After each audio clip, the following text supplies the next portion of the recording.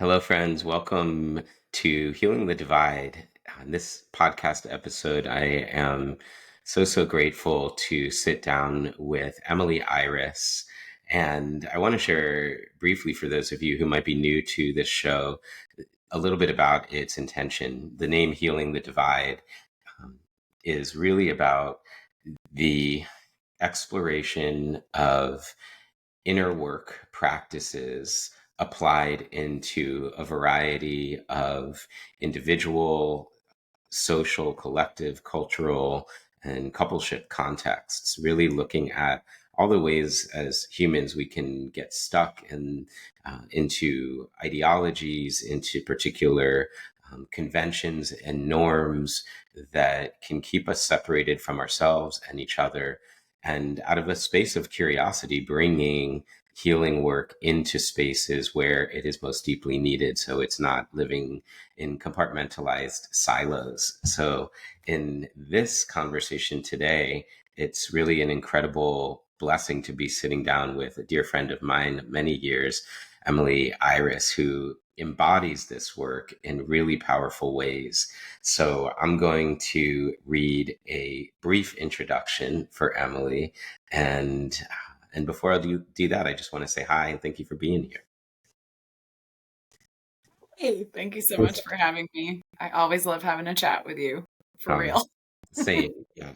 I love that I don't know exactly which way this conversation is going to go. Like, it can go through so many little doors. It's a little bit like Mr. Toad's Wild Ride for anybody that was ever like at Disney World in the 80s. That was the best. So that said, Emily Iris is an EFT practitioner and light worker, now based in Boone, North Carolina, and wherever else she can get Wi-Fi. Emily is a student and teacher of dance, yoga, EFT, and esoteric arts. She's known for bringing her whole self to the things she gets her creative hands on, infusing them with play, insight, and integration. She's currently teaching classes, working as an EFT practitioner, and moonlighting as an adult entertainer.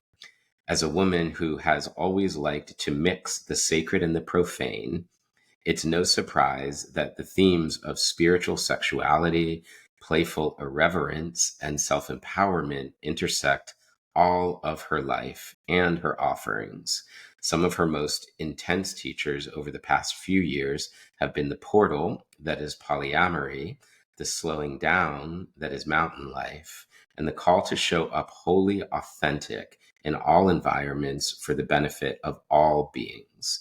She is currently opening the doors to Tarot Quest, a journey through the archetypes of Tarot's major arcana that begins March 20th. I'm sure she'll correct me on the pronunciation.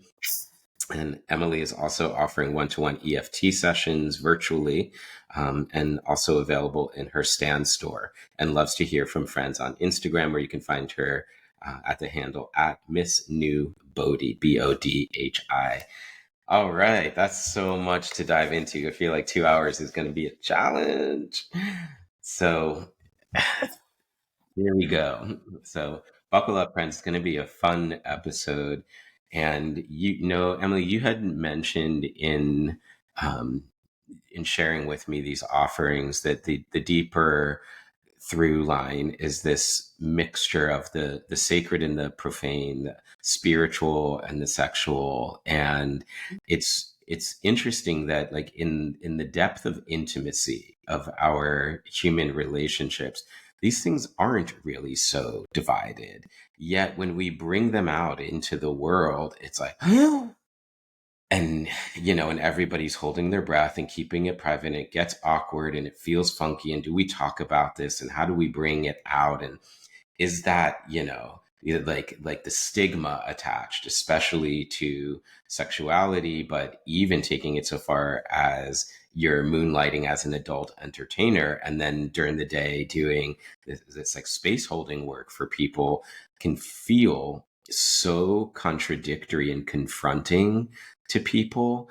And in terms of healing the divide, I was sharing with you a moment ago, it's like you heal all the perceptions of divides, just within your own, ecosystem of self. And I'm curious to hear, I can imagine, I know you shared that like this has been something that is like always been kind of part of you, but given that it hasn't always been part of societal norms that you were birthed into, how has your experience been bringing together these two parts of you that feel so fundamentally true in a world that doesn't always want to hold them in togetherness?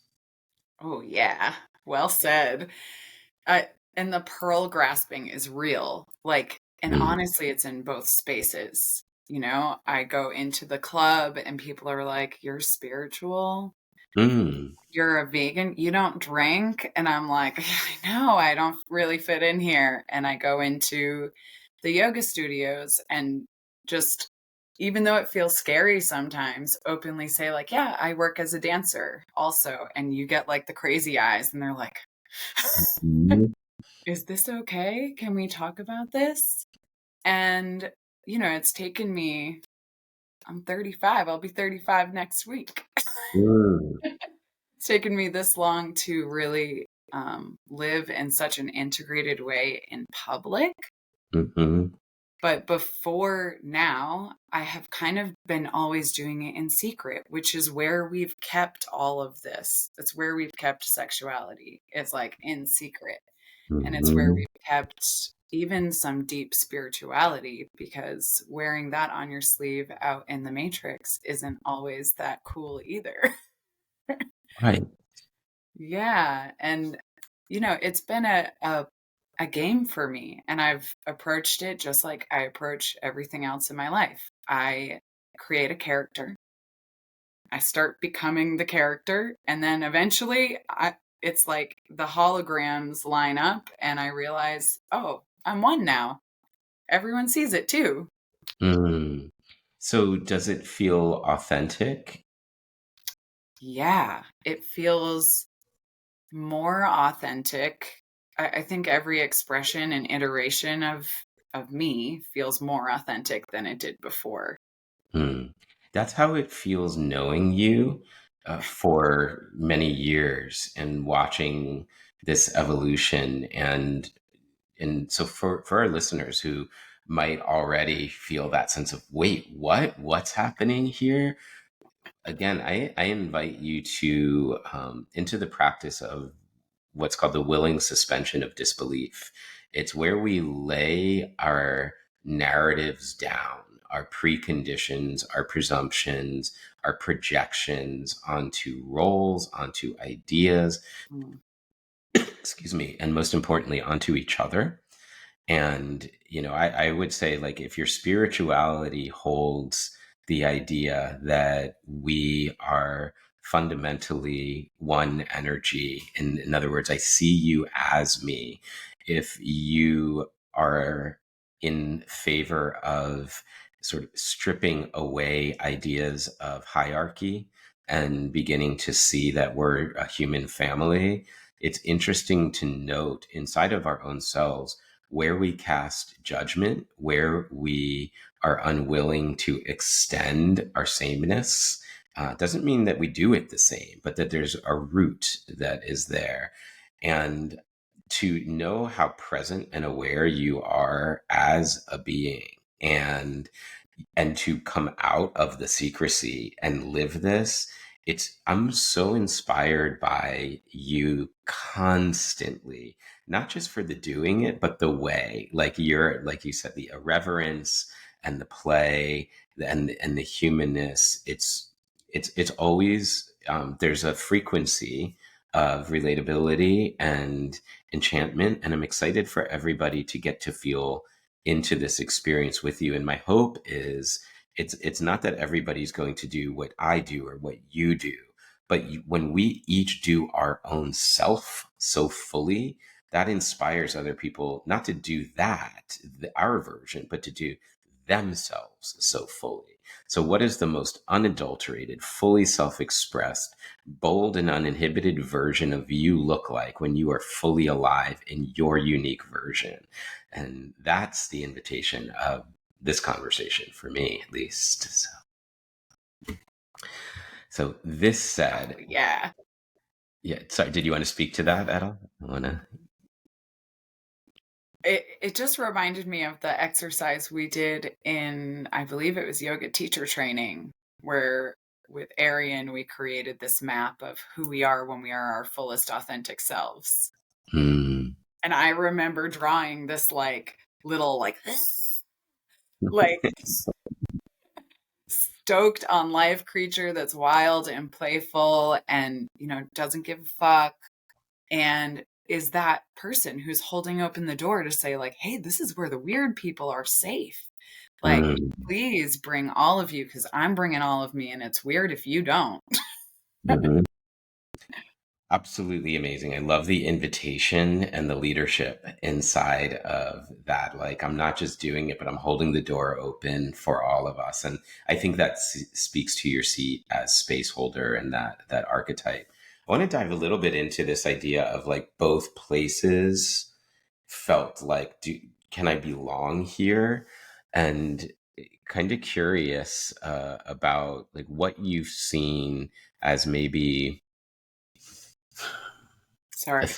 a through line in the consciousness of the collective respectively in each of those spaces. Could you unpack that a little bit more, like from your seat? What do you see as the obstacle to integration that lives in those spaces respectively? Because I'd imagine, I don't know, is that different? Does it ultimately distill down to the same? Yeah, I think you kind of like touched it earlier when you said that it's all kind of what's coming from inside of us.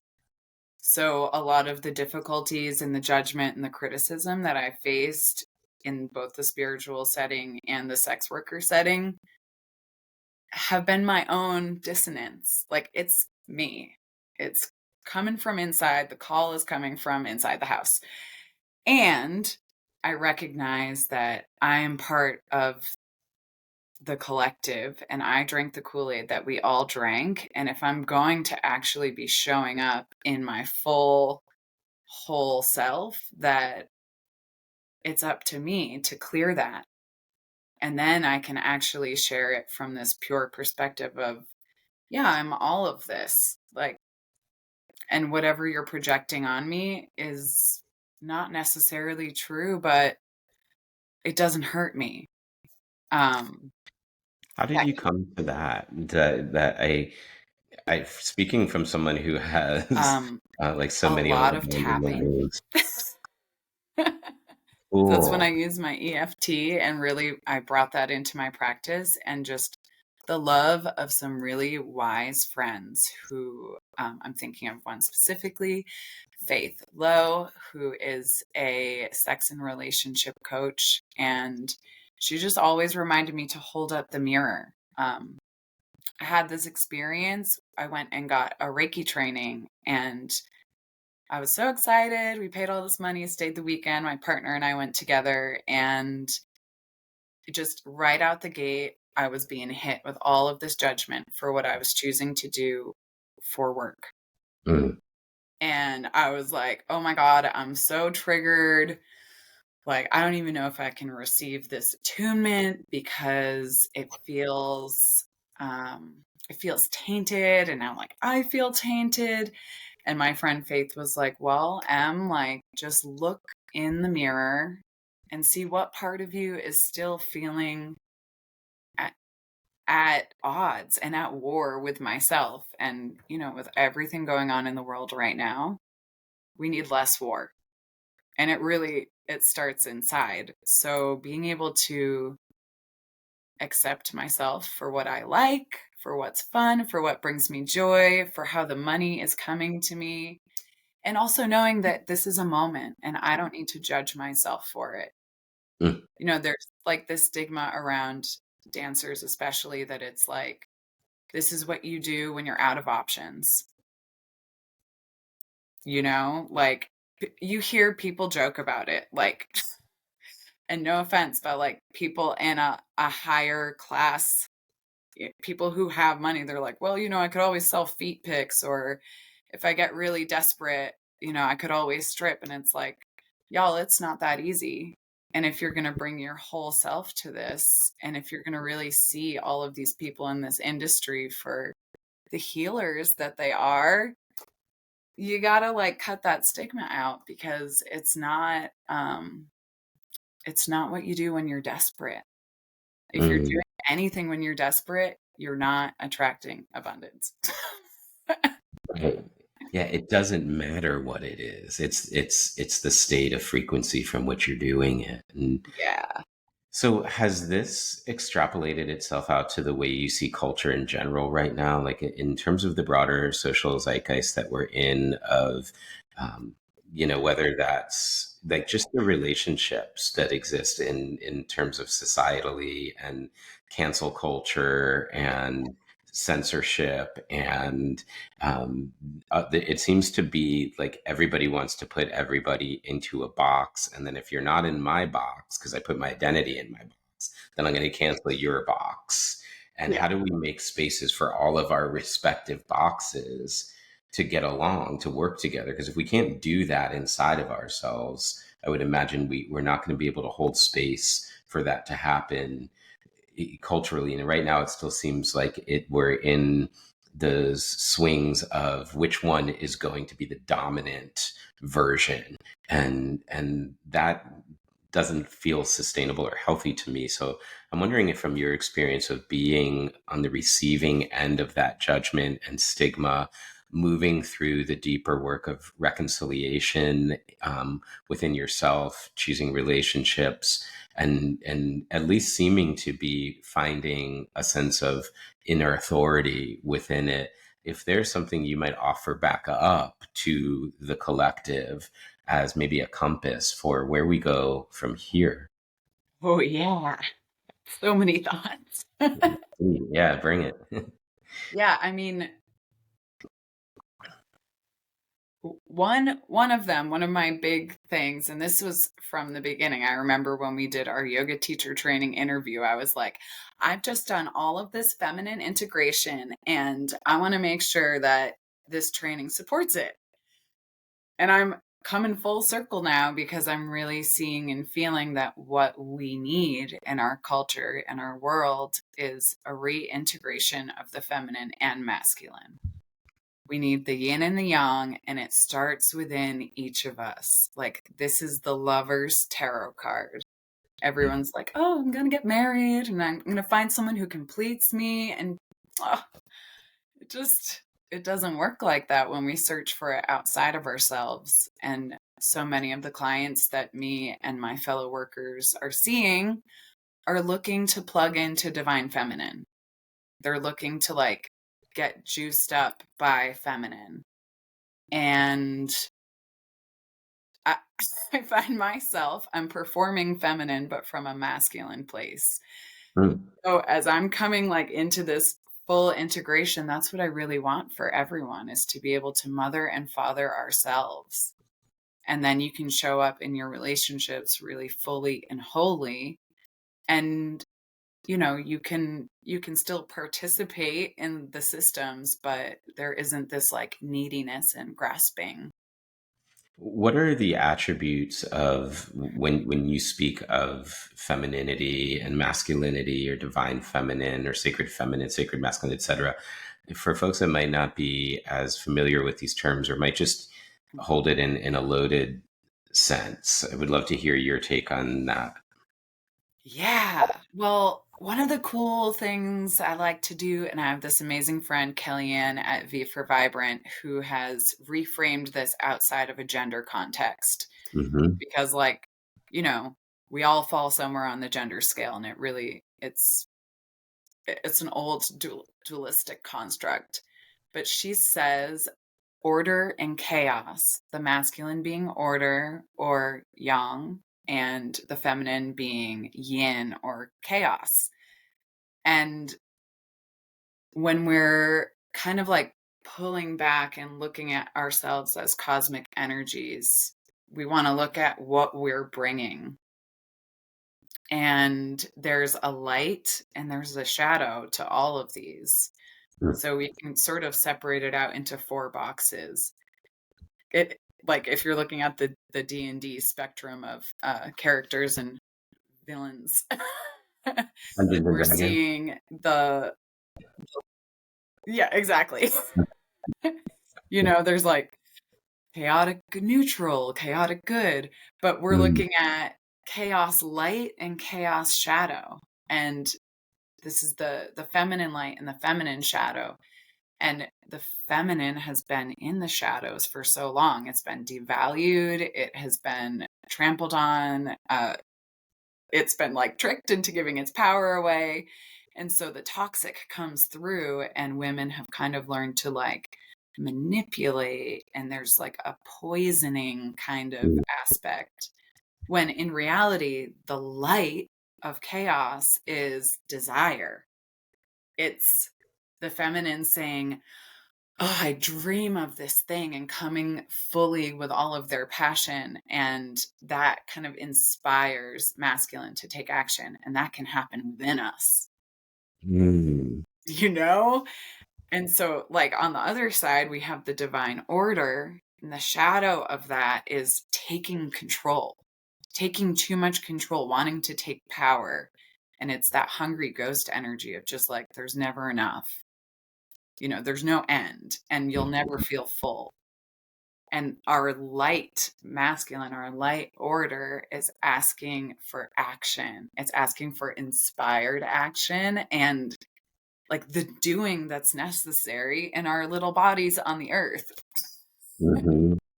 It also feels to me as I work on integrating these energies into their light expressions, to borrow the framing that you're speaking to, that the masculine in its order provides structure for the freedom of the chaos to move in a way that doesn't feel threatening to it. Yeah. And does that hold in synthesis with what you're sharing? Oh, yeah. Like, I mean, even looking at it as water and fire or water and earth, like providing a container Hmm. that, um, the masculine, I got this, I got you energy. That's like when we talk about attracting a king, that's what we're looking for. Yeah, that's interesting because I've been seeing different posts when people say some of the terminology, and I'm like, oh man, I'm dated now. I don't even know what some of the trendy words mean anymore. But what I feel within my own self and within my relationships is when I am connected to ground, or what I think of as like Shiva, like consciousness, like the idea of big movement energy, that big wave water energy.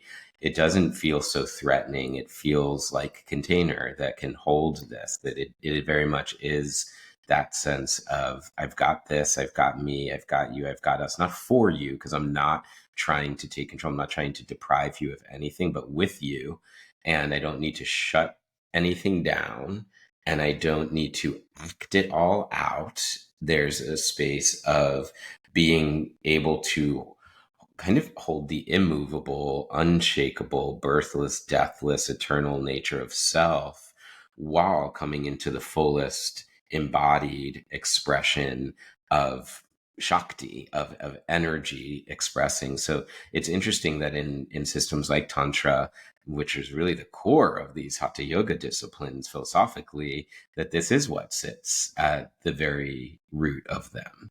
Just coming into it with new terminologies, right? But so I start to think about this. So cool. We're in a similar philosophical framework and frequency. I can sense and feel that, and kind of already known that, and we've spent time in trainings and satsangs together over the years, and so when I start to look at society, not just like how do I live in society, but like kind of like how does society live in society, that the idea of, let's take one for example, like you said, like the duality of gender identity.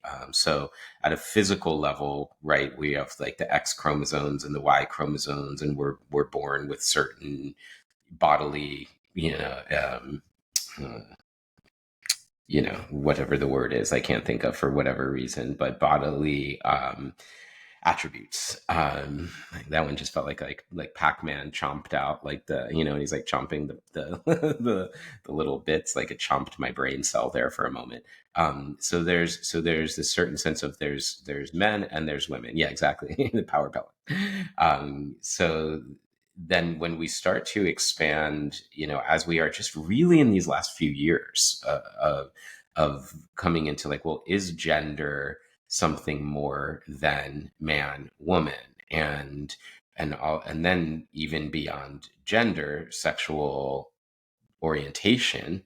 And I'm probably going to even say, even as I'm learning the ways to speak respectfully to people, I'm going to stumble and fumble all over this podcast. And so thank you in advance for any grace. And, I know as a human being, my nature is I don't ever want to anybody to feel like they don't belong. I don't want anyone to not feel that they can't come into their unique full self expression as a being. And if that means you're um, non-binary or binary, if that means you're queer or gay, lesbian, bi, whatever, whatever um, the identifier is that works for you. Okay, awesome. But now, how do we bring that into form in a way in society? So we get into these sticky spaces like, oh, well, so does can the trans person compete in their non-biological gender sport? Like, well, hold on, like, how do I, hold to like the ideals of, let's say, feminism? If you even agree with that, maybe we can even, we can I want to like dive into the details of all these things, but it's like, oh, well, wait a second, well, my daughter worked her whole life for this, and now a biological male is taking the trophy, etc. How do you reconcile, and how do you speak to, I guess, this where it gets sticky, if we weren't to just gloss over it at the level of ideal and look at it at the level of implementation, and how do we integrate these things? Not that I don't expect you to have every answer to every question, but like, what are your thoughts on it? Yeah, I mean, it's so big, and like as it goes for the sporting and competition things, like it's not my realm that I Mhm. can't speak to, but I can speak to looking at people's integration, right? And when we're talking to someone who is trans, when we're talking to someone who's queer, gender queer, or like orientation queer, we're looking at someone who's done a lot of integration, like on a level that most of us are like, wow, that took a ton of courage.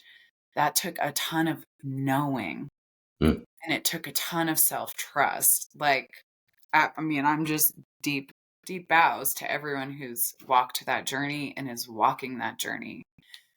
And it feels a lot like some of the conversations we've had in the past around how do we include more people and friends of color into the yoga space, especially in like that area of South Florida. And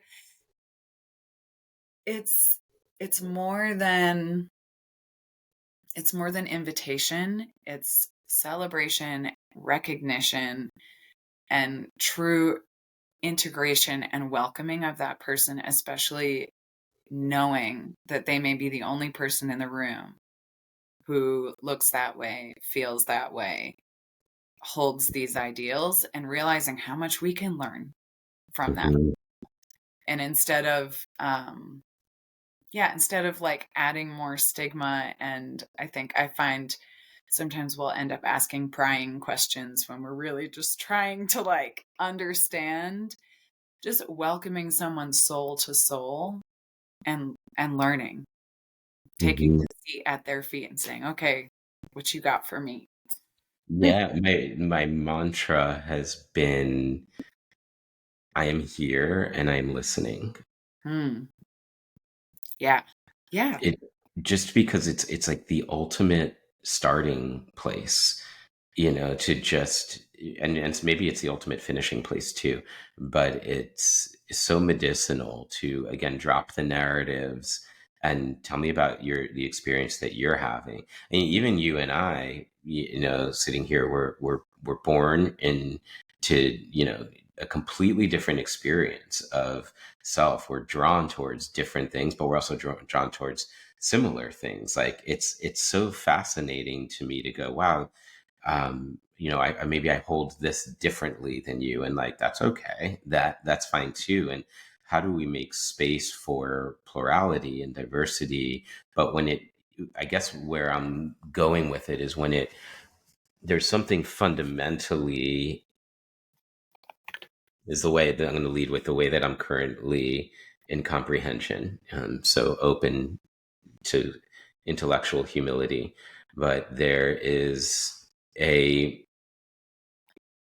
I'm pausing because I want to use my words carefully, but it seems to be there's one current, I'll call it, that feels like a genuine rising of inclusivity, of people that have long been holding these things not only in like the shadows of society but in the shadows of themselves. And how do we make space for everybody to coexist harmoniously as an ideal? So that's one current. It feels genuine.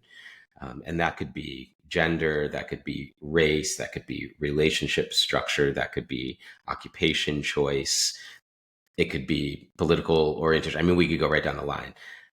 And a separate current that calls itself that, claims to ally that, claims to advocate that, and then gets put into like this policy form. And typically, so like I see it in like DEI initiatives, diversity, equity, and inclusion initiatives. But behind it all is like Vanguard, State Street, and BlackRock.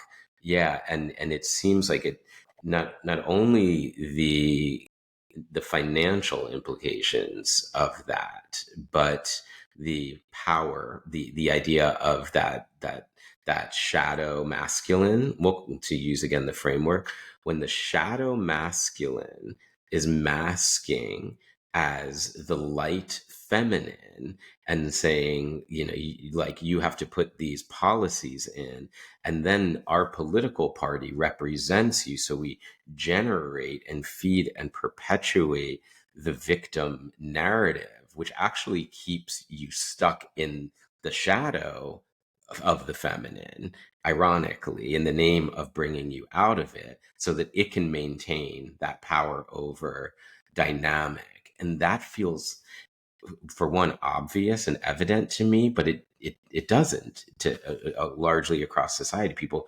are like, it feels like to me, and again, I'm in my subjective bias here, but it feels like they're falling for the trap, and then it doesn't work because it's not authentic, and then it reinforces this idea of I'm being suppressed, I'm a victim, and now I'm going to put my identity there, and like you're saying, go ahead and try to create from that space, and now you think you're fighting for something, but you're really being manipulated.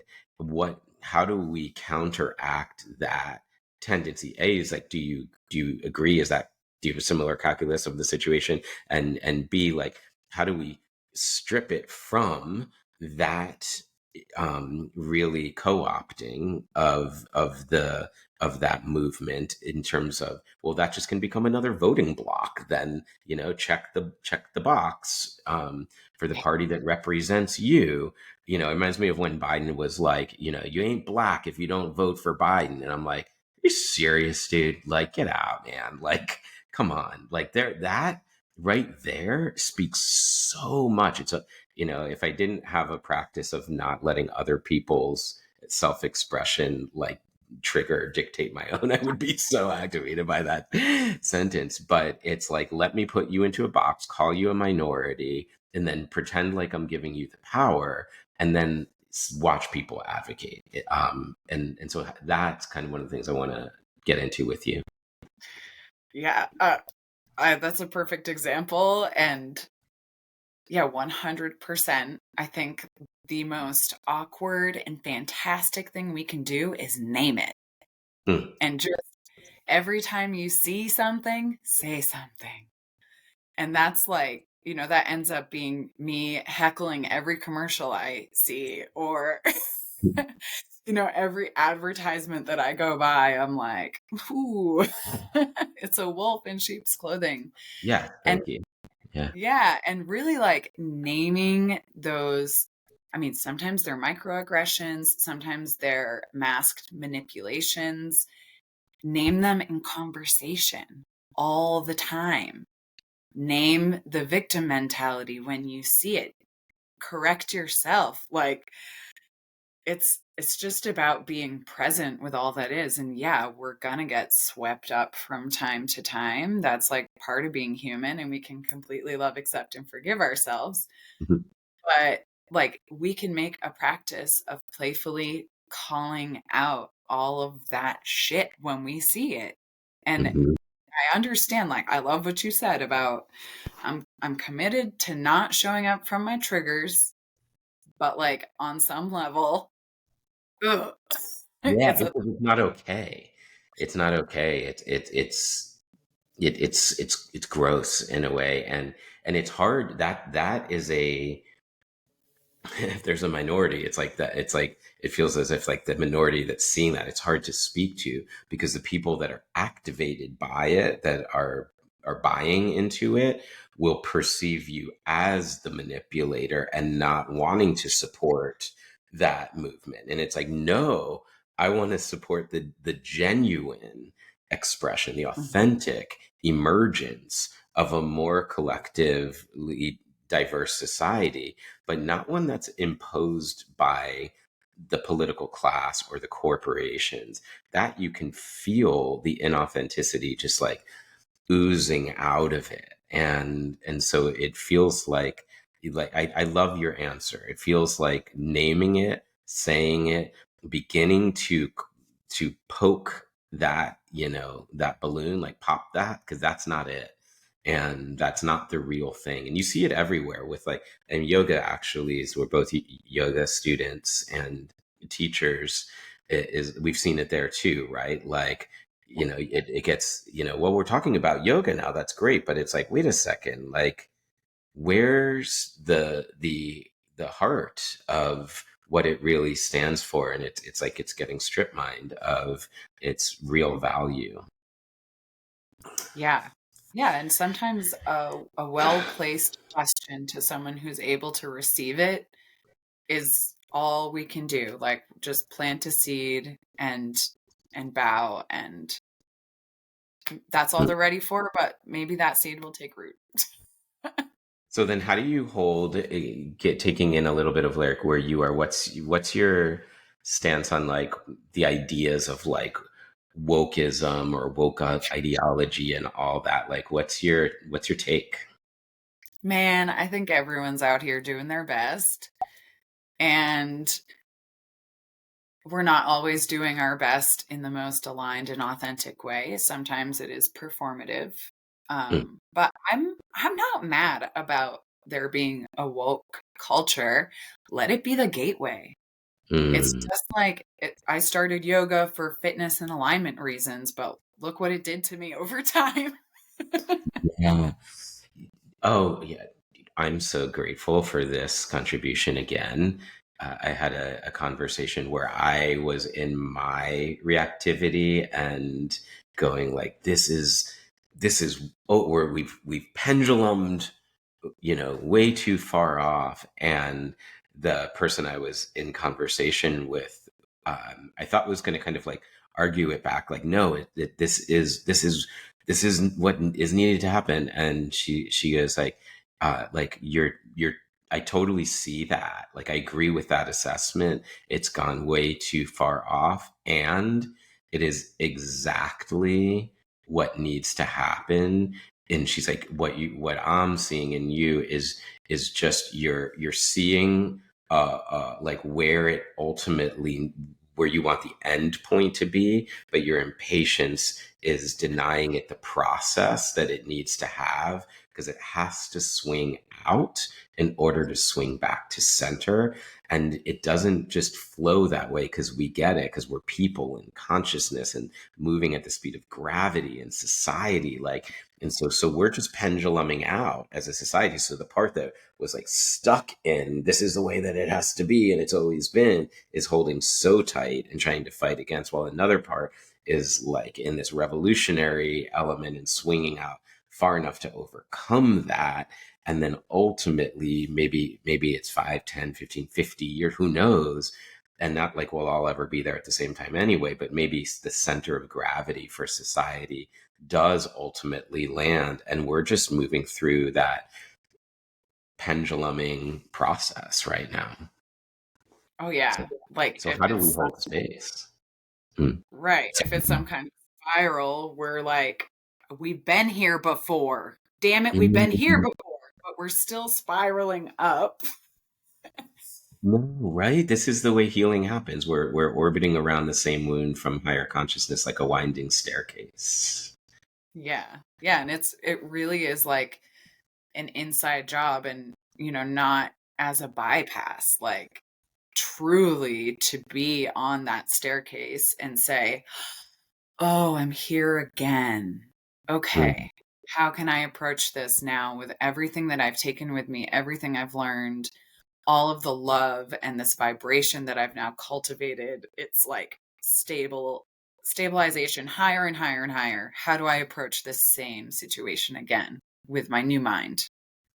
Beautiful. Yeah. And if we were in, put in the seat of coach or space holder, and you were supporting somebody's individual journey, if they were in a space of association, if they were in a space of dissociation and penduluming out, or if they were landing back in integration, you would be able to meet them ideally in an idealized representation. You would be able to meet them at each, whatever level they were at, and support them in moving to the next one. Like we can't go from association to integration until we push up against those rough borders that say, okay, that's what too far is. I don't know what the sweet middle space is without feeling what too far feels like. And I think the challenge is if we're in a moment of collective too farness, and that's a long process to move through.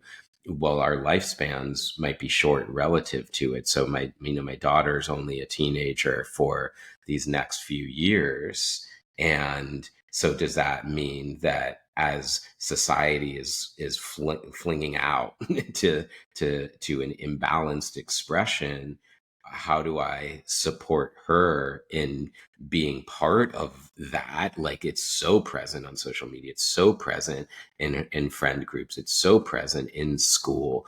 It's really entrenched into an expression that can feel misaligned. And I think really when I can hear myself respond and into a similar way of what you said, which is to name it, to help her see, well, this is what that is, this is what's happening. You can choose for yourself where you want to align, identify what you want to speak to, what you want, who you want to relate with, and how you want to show up in relationship to what's here. We don't have to just become victims to it swinging out or hold on so tight against it. We can find our authentic truth amidst any swing of society. You Oh know? yeah. I and that's the word for me, like, or the phrase authentic truth.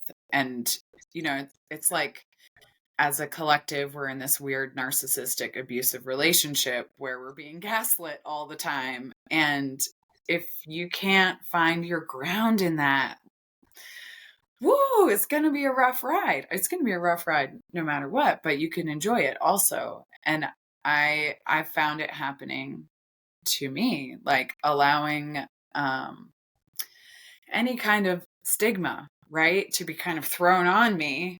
And Mhm. it's as if someone just threw me a bundle and I'm like holding it because I could catch, but what's this? Yeah, you know, not mine. Yeah. yeah, this is not my problem. Here Hmm. you go, have it back, and good luck with it. I'm here if you want support. But there's like, yeah, there's all of these burdens that we're being given and then being told, no, y- we didn't, tell you that you had to carry that for everyone. And yet it is happening. So being able to recognize what that stuff is and putting it back, giving it to the earth, letting it move through is how we're able to like show up in our authentic truth without getting duped constantly by what's going on around us. Like pretty soon we're going to have the robots doing the news and stuff, and like that's going to get really weird, and we're going to have to really be clear about what we see as truth and what we're experiencing and trust what we're experiencing without jumping out of our bodies when it gets intense. It's a really beautiful process what you just described. I want to be present with that because in the disavowing of it, you didn't push it back and say, that's not mine, that's yours. Like, get off me, bro. It was, yeah, you said I'm going to like set it down into the earth. And in that, I learned from one of my first teachers, as I would feel different forms of difficulty in my emotional experience leave me, I would feel guilty because I didn't want to be putting that energy into the cosmos.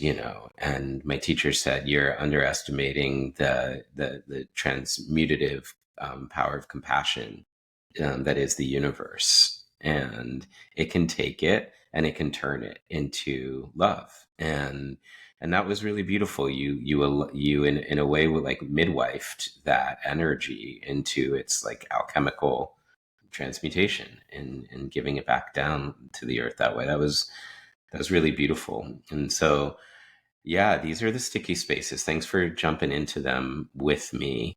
Um, I would love to shift into another one, being polyamory and the idea of, and I love first off just breaking down the word poly, meaning like many, like more than one, and amor, like love, like just to be in. It's interesting. So the conventional norm that we inherit is um, one to one.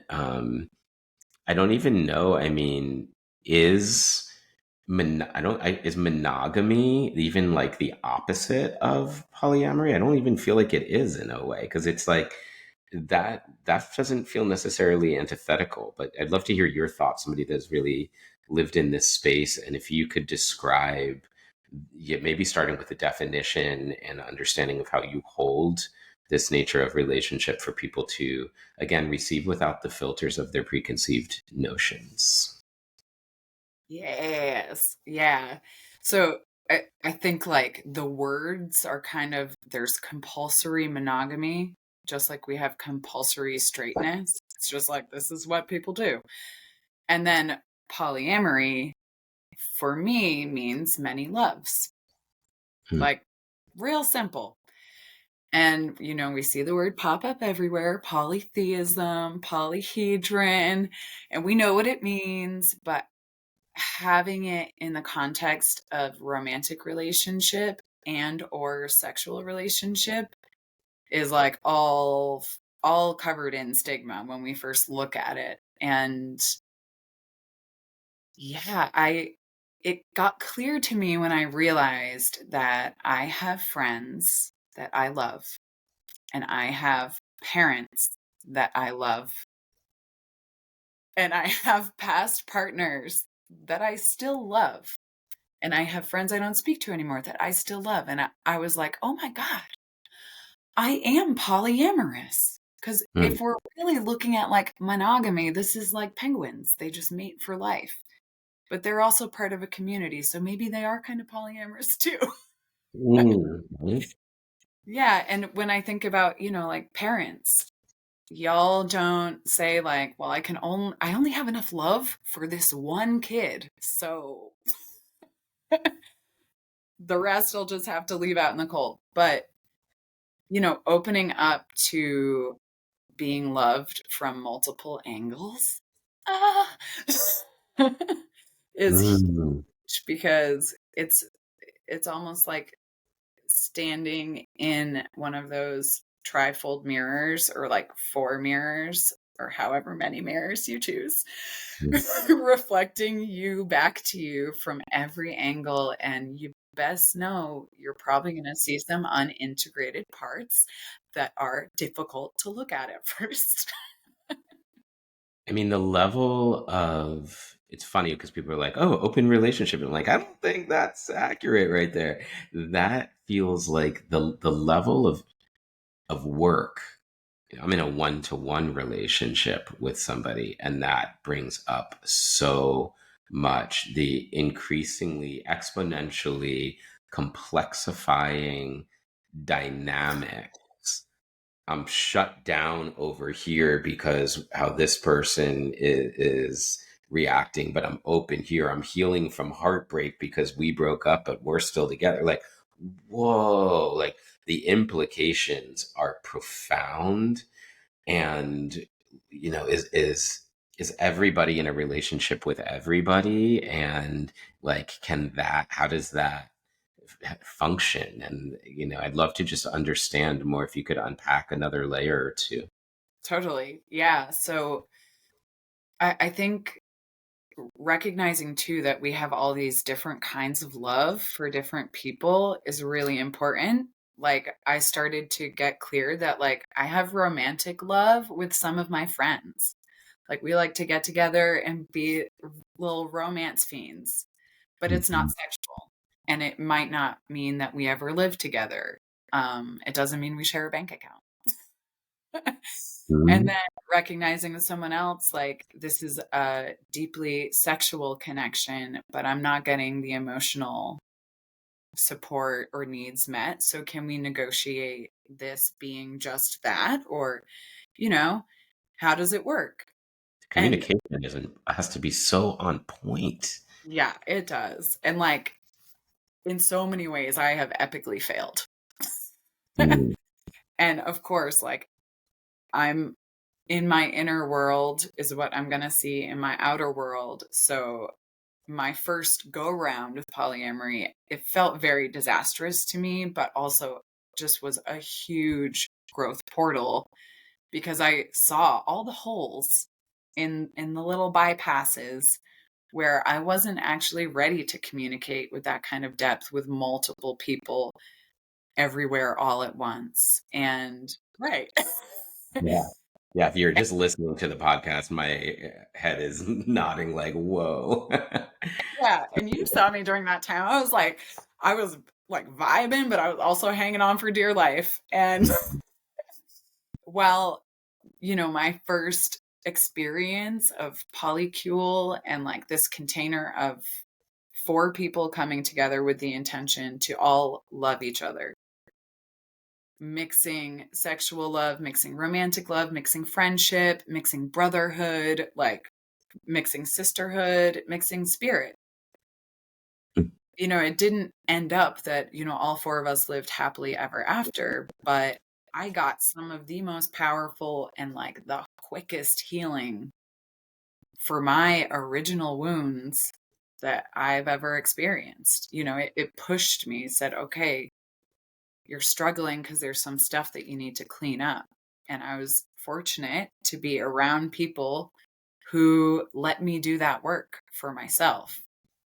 And when I talk to people who are interested in getting into polyamory or opening a relationship, that's what I really stress is like, this is about getting fully integrated in yourself first, because this journey will bring everything up from multiple angles.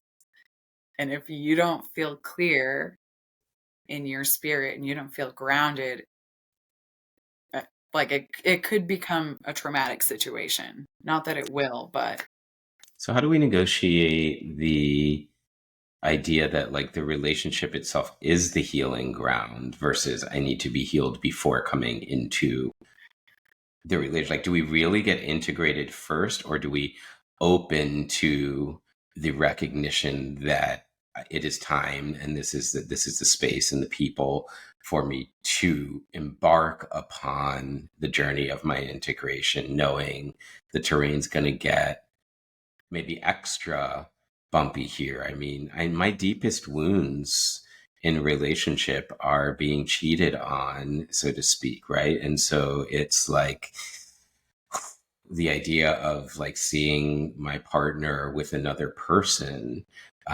pushes on that, the idea of abandonment and not being chosen, like all these things that it seems to be that like maybe the sticking point or one of many.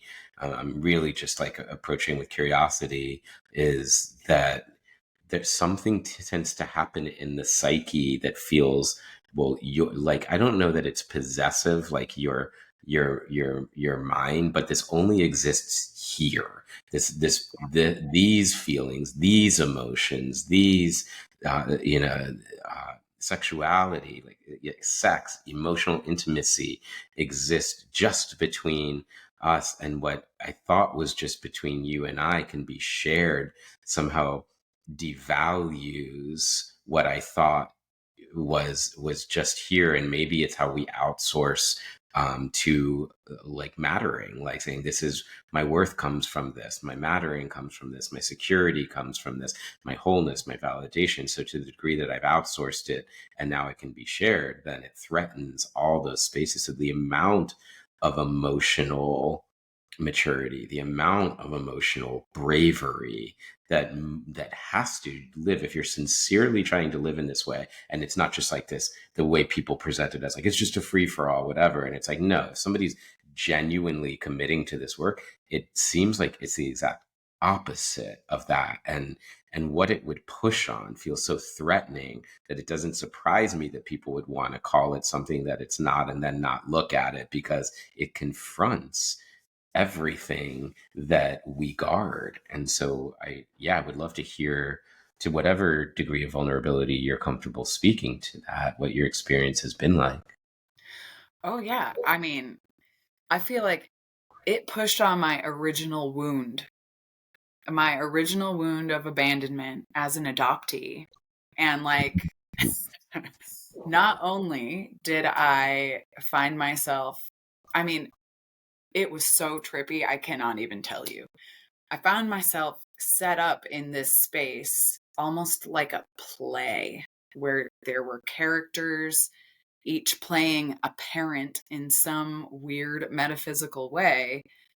And it always ended with my story that I have been repeating my whole life of being Wow. abandoned, and then of being received by people who were not able to attune to me. And so I was like in this soup of it, and trying with my adult language skills and communication and my compassion and my own self-preservation to communicate what my needs were. And like what I ended up learning was that I was in a space where my needs couldn't get met. And I got some therapy and was practicing my tapping and tapping on abandonment trauma. And Mm, with some of my partners as well, they were involved in this process with me and witnessing me. And it ended up that like that wasn't the space for me, but it was the space that I needed. And because we entered in with this like love contract, it was like, okay, even though this dissolves, there's still love. mm, And woo, painful, scary, wonderful. And it kind mhm, of speaks to where we were before too, that I think we have these presuppositions that if someone can't meet my needs, they don't love me. Or if someone's in conflict with me, they don't love me anymore. Like all of these ways that we've created stories that just cut us off from connection over and over and over. But this is like, okay, how can I have bridges? And where mm, can the bridges go? How can we build them? Maybe I only built half a bridge and you didn't build your half, and that's okay too. mhm. That's wild. I mean, it's not even like a trap door, it's like a trap floor is what it can feel like. It's like the floor pulls out, and it's like my ground of being, it can feel lost. And I can only imagine that in the context of being adopted. Are you comfortable speaking about adoption and that journey? Oh yeah. Can Hmm. can you share a little bit about like how old you were? Do you remember your birth parents? Like how was that journey? So it didn't start off unique, but it's ended up unique. I was adopted as a baby through a Christian adoption agency. So my parents were vetted to be a God fearing Christian couple. And That didn't work. thanks, guys. Um,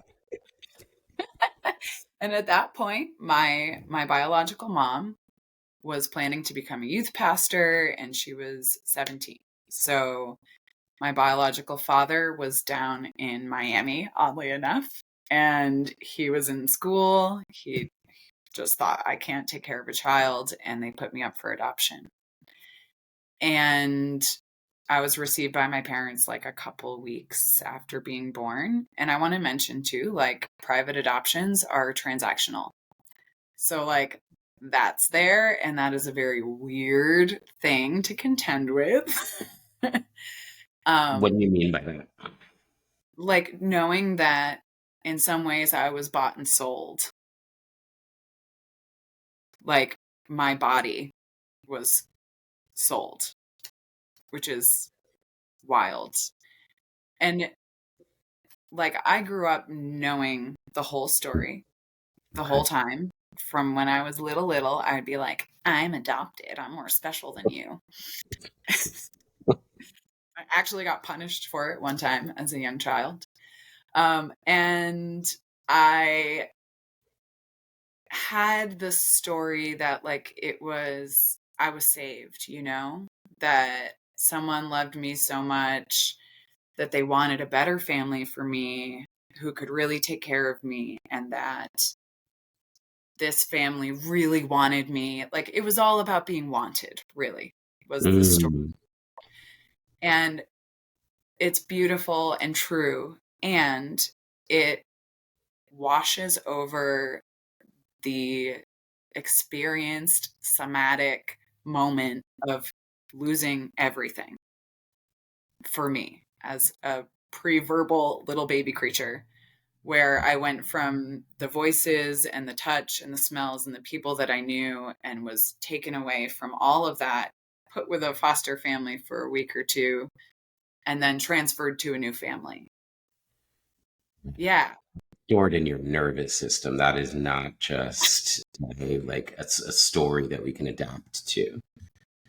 Right. It like I didn't have words for it. I didn't have any language to communicate like I feel like you guys are gaslighting me and I shouldn't feel angry about being adopted, but I do. I feel really pissed. And like that surfaced as a teenager. And I remember my parents got me a punching bag. They were like, we don't know what Oh to do wow. with you, kid. Um, and I was dancing. Thank goddess that I was always dancing and used that as an outlet just for my grief and my rage and to connect with feminine. And when I was 17, I met my bio mom. Yeah. And she's this very cool babe who is, she was the most like me person I had ever met for the At first your time. age now. Yeah. Yeah. It was like I opened the door and she was there and we just like stared at each other for a full minute. Like, you look like me. You look like me. Wow. Yeah. And, come to find out, she had left the church. She expatriated to Canada and I have a sister.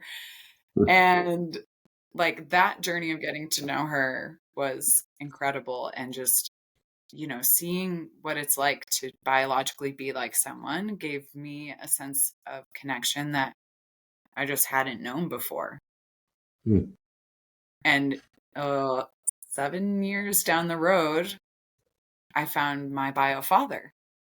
Oh, And here comes the other half of my DNA and all of my little tendencies. And, I saw like my need to move and travel and explore. And I saw my vibrance in him and like his playfulness and his irreverence. I was like, wow, I've been keeping that part of me in the shadows because I just, Oh, wow. everyone always looked at me and said, where did that come from? Yeah. And now I have all four parents in my life, granted, not all together at the same Wow. time, but yeah, not Amazing. yet. One day. Hmm. and and it's incredible. It's really like this prismatic way of looking at not just like my DNA and my conditioning and my nurture versus nature, but like my karmic connections. Right? Like I'm tied by four threads. Everyone. It's Yes, so wild, polyamory is like no brainer. right? It's almost more natural. It's like Yeah. that's a fascinating story. Thank you for detouring into that space with me. Hmm. An incredible journey. It feels like a natural segue into how you support what gets pushed on inside of the context of intimacy. That these core wounds of not being chosen are so susceptible to being pressed upon even more so in the nature of not only the relationship, but then because of your work that then that could push on those things for other people. And I mean, I mean, you were like, let's like really shake this thing up in every potential way. And it's like, oh, is there a fire? Let me run towards it. And it's like in a way that's like, yes, because I know that the fire is the space of transformation. And it feels like there's some guiding wisdom in you that says there's work here, let me move towards it. It's like you took the fast pass for transformation at the reincarnation line, and and so you're like, let's go this route. And life can look so many different ways, and somehow while you're humaning and figuring it all out as is authentic to you, you are stumbling upon the need for practices that don't bypass the circuitry that has experienced these things. And so finding dance, finding yoga, the somatic disciplines, and then ultimately into this practice that seems like it has really been helpful for you of EFT. So can you define what that means and define what that is, what it looks like, and how people like might find benefit from it if they're moving through certain whether it's patterns or conditions or just experiences in their life, who might it be beneficial for? Oh yeah. Yeah. So EFT is emotional freedom technique. Sometimes you'll see TFT or just tapping. Um, and it basically uses the meridians that we know are already in our body that science now acknowledges and the Chinese From medicine. Taoism, Chinese meridian? Okay. Yeah, exactly. Yeah, that Chinese medicine and Ayurvedic wisdom has known for a much longer time. And we're, instead of using needles, just tapping our fingers on them. And there are certain meridians that activate certain things. And as you're going through the points, you're down regulating your nervous system. And the trick with EFT is that we're talking about our trigger as we do it. So we're walking into the fire and saying, I feel unwanted. And here's why. Here's the story. Here's all the dirt. And you lay it all out on the table. And then you tap through your points and recode your brain and recode your nervous system that so that the next time you encounter this problem out here in the real world or this trigger, you're like, I've worked through this. I've done it as a somatic practice. I've used my mind and my body, and now my spirit's in alignment. And it just doesn't it doesn't shake me the same way that it used to.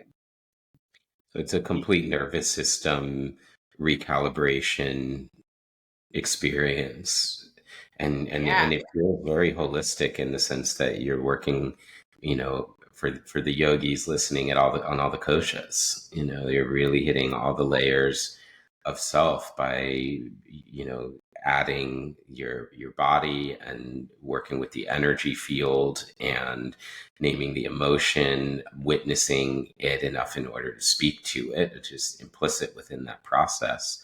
So that's really, really profound. It's funny, as a yoga teacher, for years I would, and practicing with me, like I have people drum and shake and tap their bodies, and we do like full body tapping, but I never learned it within this context. It was just very organic for me. Like, let's just drum and tap our bodies. And so I'm thinking about it also in context to yin, which is meridian based. And how cool would that be to be tapping the meridians? The posture is directed towards really supporting the migration of prana and to nourish those organ channels. And so could you describe um, a process? Could you take us through sort of maybe like a mini version, or even like I'm happy to jump in, or it could be like an explanation too, whatever your guidance Yeah. yields. Yeah, let's do it. I feel like because we've been on it, we want to tap on being unwanted, feeling unwanted. Mhm. All right, Got it. cool. Yeah, for sure. So here's how it starts. We're going to just get in the body, take a couple of breaths, and feel unwanted. And just allow a couple of moments of being unwanted, moments where that story came to you to kind of flash through.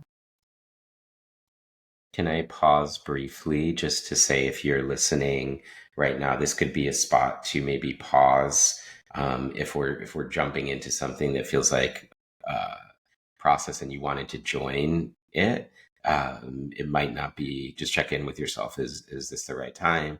If not, you can also fast forward and catch us in a few minutes on the other side of it. But want to just honor the consent to come into practice. But if you feel called, this is something you can come back to. Um, but for my own sense, I'm ready to join you in that for sure. Cool. Cool. Yes, thank you so much. Mm. Yeah, and one of the benefits too of using EFT is that it can't hurt you. There aren't side effects. And also if you do need more support for something so deep as what we're like casually going to tap on, that is totally normal and makes sense. Mhm. Absolutely. All right, you ready for a tune in? Yeah, I love it. Yeah, I'm game. I'm curious. Cool. So we're bringing up unwanted and allowing it to manifest in a couple of moments.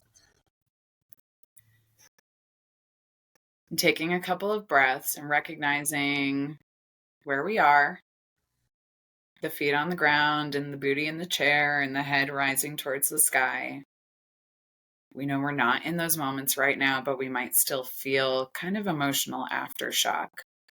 And if you could rate the emotional aftershock on a scale of 1 to 5, 5 being the most in your nervous system, just give it a number. You can say it out loud or in your head.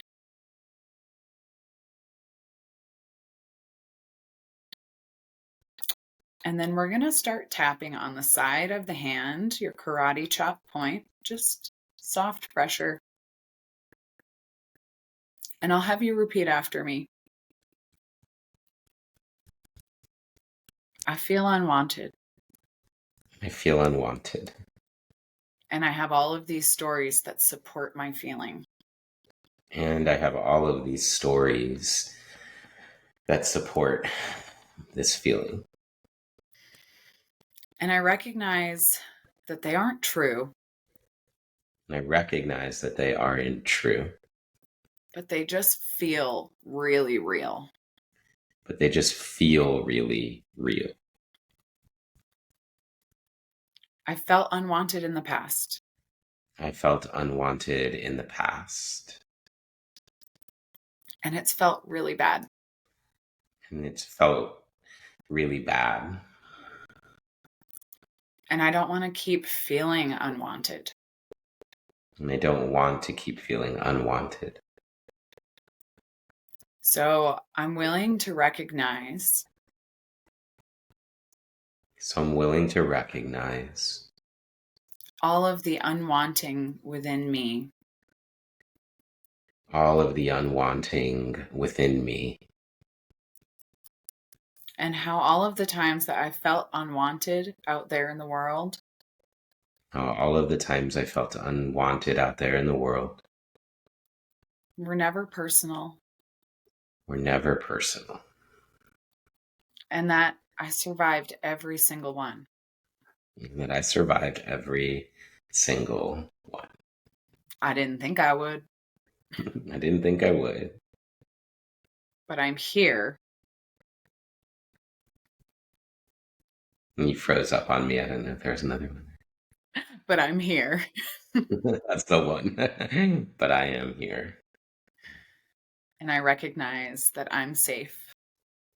And I recognize that I am safe. Even when I feel unwanted. Even when I feel unwanted. And we're going straight up to the top of the head. Even though in the past. Even though in the past. I have felt unwanted. I have felt unwanted. I might have even had people say. I might have even had people say. We don't want you here. We don't want you here.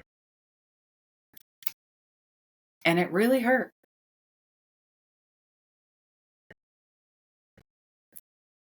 And it really hurt. And it really hurt. Even though in the past I've been unwanted. Even though in the past I've been unwanted. I still completely love myself. I still completely love myself. And I completely forgive myself. And I completely forgive myself. I forgive myself. And I forgive anyone else who helped contribute to that feeling. And I forgive anyone else who helped contribute to that feeling. All of these feelings of being unwanted. All of these feelings of being unwanted. All of these stories I have stacked up on my desk. All of these stories I have stacked up on my desk. Where have they even gotten me? Where have they even gotten me? It's gotten me a lot more of the same. It's gotten me a lot more of the same. So I'm willing to try something new. So I'm willing to try something new. And instead of hunting for all the places I feel unwanted. And instead of hunting for all the places I feel unwanted. I'm going to start making a list of everywhere I do feel wanted. I'm going to start making a list of everywhere I do feel wanted. Starting with myself. Starting with myself. I'm going to look in the mirror and say, I love you. I'm going to look in the mirror and say, I love you. Can't wait to spend the day with you. Can't wait to spend the day with you. Because I know that in the end. Because I know that in the end. I'm the one who really needs to want me. I'm the one who really needs to want me. And all of those spaces and circumstances. And all of those spaces and circumstances. Where I felt unwanted. Where I felt unwanted. Were just showing me where I don't want to be either. Were just showing me where I don't want to be either. And so I completely love, accept, and forgive myself. And so I completely love, accept, and forgive myself. And I know that I am totally worthy. And I know that I am totally worthy of allowing myself to be in containers that feel good for me. of allowing myself to be in containers that feel good for me. And it doesn't mean that I'll never feel unwanted again. It doesn't mean that I'll never feel unwanted again. It just means that I'm not going to create a whole story about it. It just means that I'm not going to create a whole story about it. And I know that I'm not bad or wrong or stupid. And I know that I'm not bad or wrong or stupid For having experienced these feelings for having experienced these feelings and written these stories. and written these stories. Because I'm a magnificent child of the universe. Because I am a magnificent child of the universe. And I'm going to take a breath and then another.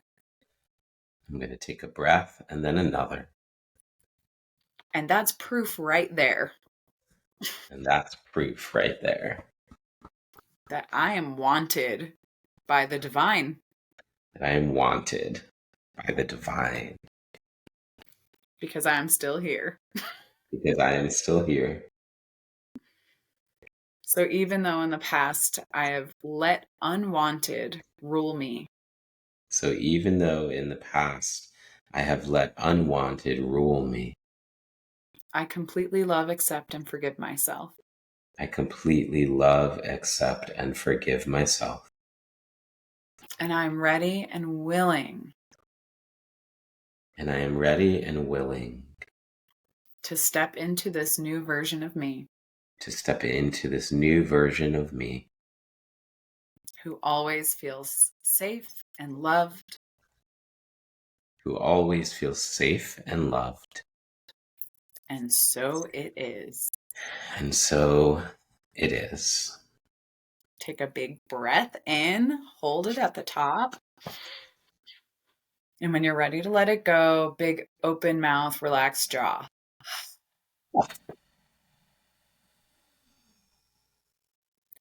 And we're just going to tune in one more time. I am unwanted. And rate it 1 to 5. What is it hitting like? 5 is super true. 1 is what? And notice if there's a change there. Massive change. Yeah, that's EFT right there. Wow. Thank you for, Johnny on the spotting that with me. That was awesome. I moved from interesting. I don't want to say I was in a 5 of in this moment. I'm feeling like that really come up for me. But when I looked at it, the voice in my head, like I went to, well, where is that? The response I internally got was, where isn't it? It's everywhere. It's everywhere.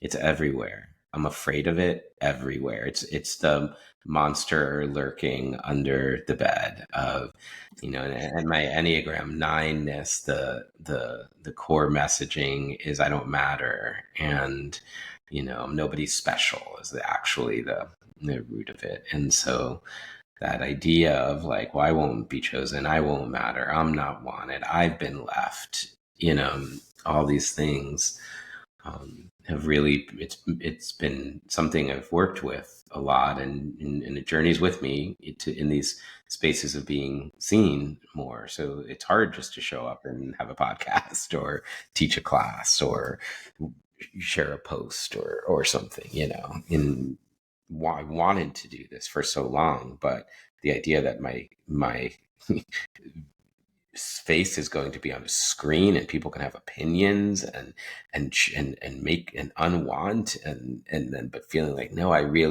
have something to say. I want to do this. I can feel the impulse to share and show up in a bigger way, but the fear wants to keep me hidden. So getting to do this in this forum, in this format, was really cool. I could feel it everywhere. And I love the prompts that you shared. I mean, that was amazing. If you're listening to the podcast, we were moving through a sequence of tapping different points along the way. I encourage you to hop onto YouTube and look at the visual representation. It's we're an hour and 24 minutes in, and we probably started this maybe 10-ish minutes ago. I don't know, something like that. I didn't look at the start time, but you can, hop over to that minute marker and find your way here if you want to join us for the practice. Now, the sequence that let me say, I landed at a 1. Like, I was kind of chuckling. I feel so good. I'm like, thank you for the prompts, but knowing that the things I was saying and giving voice to it's like tapping the emotional body while my hands are tapping what's happening at the meridian level.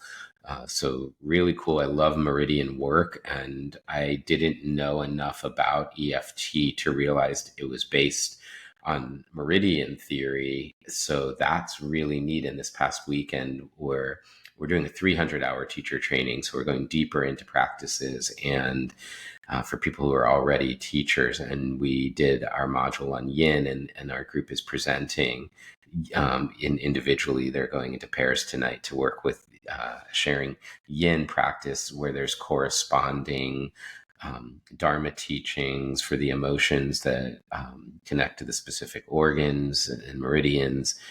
They're choosing mantras, meditations, and pranayama practices to for the specific meridian that they were assigned to build a sequence around. So they're choosing the asanas for that meridian, the breath for that meridian, the meditation for that meridian, the mantra for that meridian, to know that we can tap and bring that in. I'm going to drop that in on them as an option if they're familiar with EFT.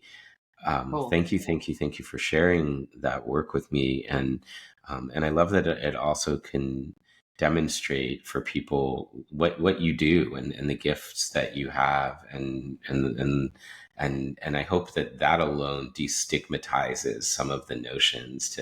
It's one thing to ask you how you hold different things; it's another thing to experience them and be like, okay, so you're real deal. I can feel that. There's no hiding, and you can't fake the frequency, and you're just such an incredibly beautiful soul. I want to thank you for doing that work with me.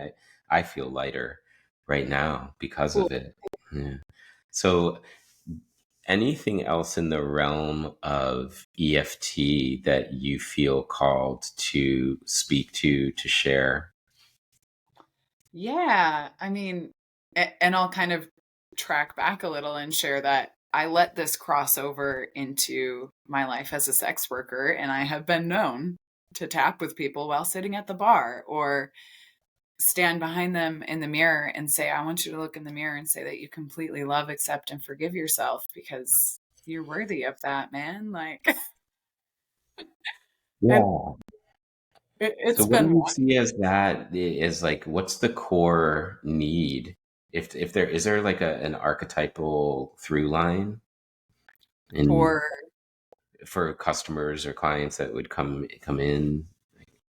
I mean, I see a lot of things that are kind of rampant, and I offer free tappings for a lot of them because I believe that everyone should have access.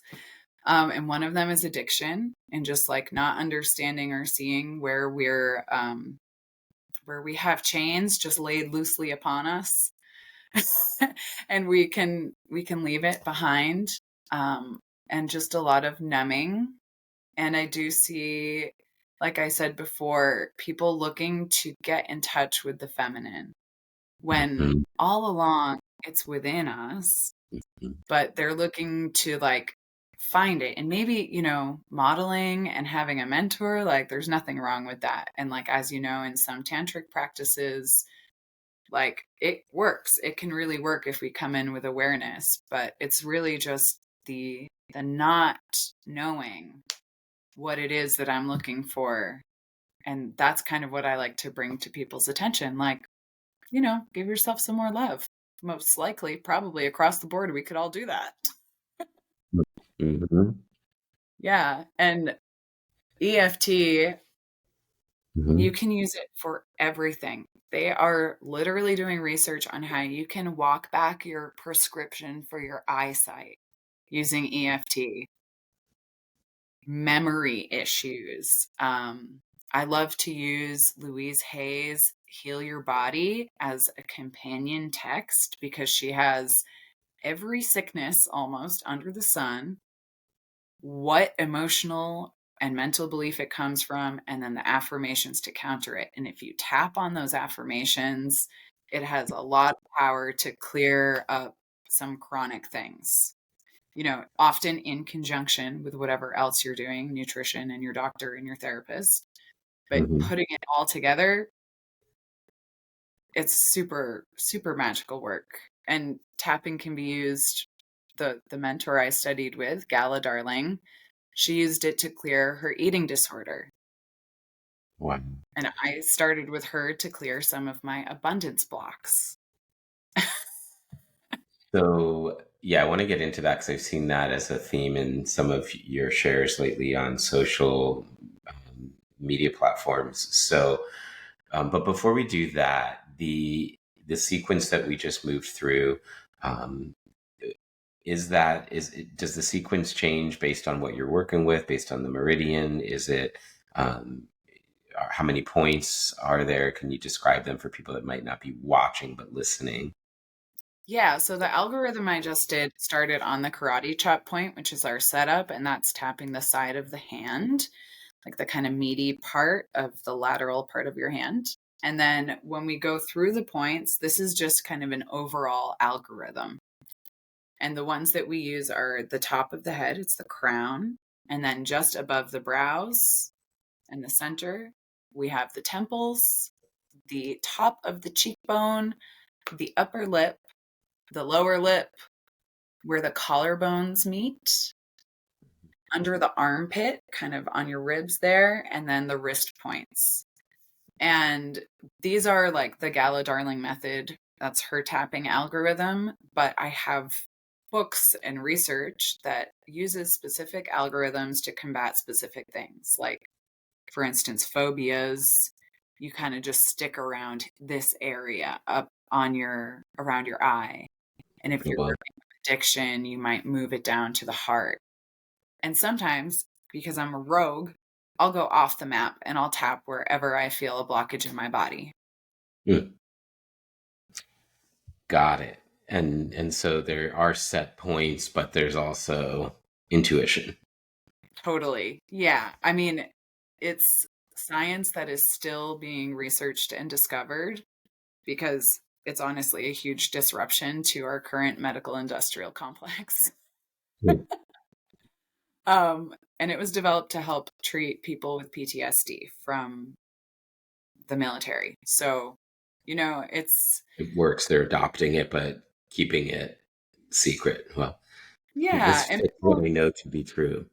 yeah, people are suspicious of like energy things and meridian things, and that's fine. But, the science is there to back it up, and we're only getting more and more, which is great.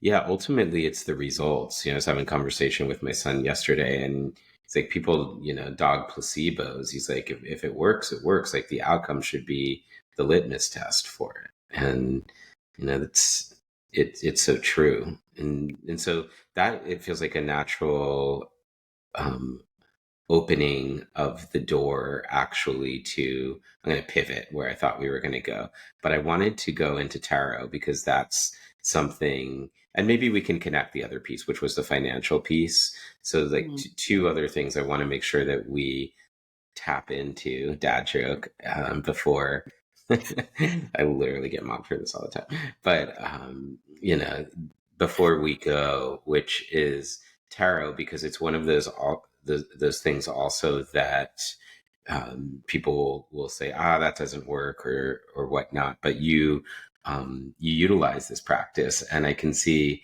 you're like, yo, it's legit. So share with us a little bit about why it works in your understanding, how it works, and how you utilize it in practice. Yeah, totally. I mean, tarot is a gateway to our subconscious or our unconscious. the part of us that, or shadow, you can say it a million different ways, but it helps you look in the mirror really deeply and look into some of the places that maybe you haven't wanted to look, and shine some light there. And the reason that we can do that with tarot is that we have this system set up with archetypes.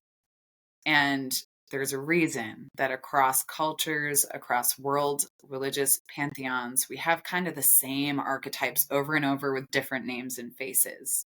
And it's Mm. because we contain them all.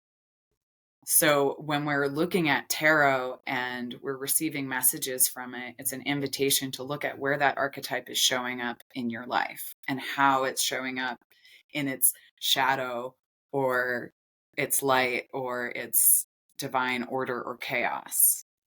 And like Carl Jung used to use tarot when he would feel stuck with a client and he would read for them.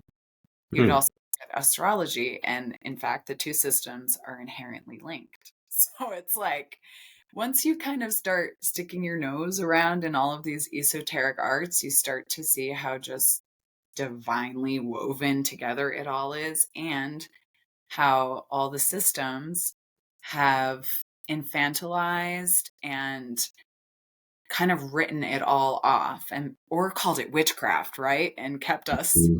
out of fear, kept us from it out of fear.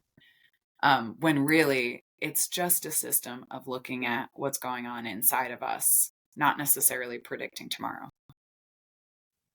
Really interesting. This past weekend in that same 300-hour container, we were studying with a teacher to learn about Jyotish, which is Vedic astrology.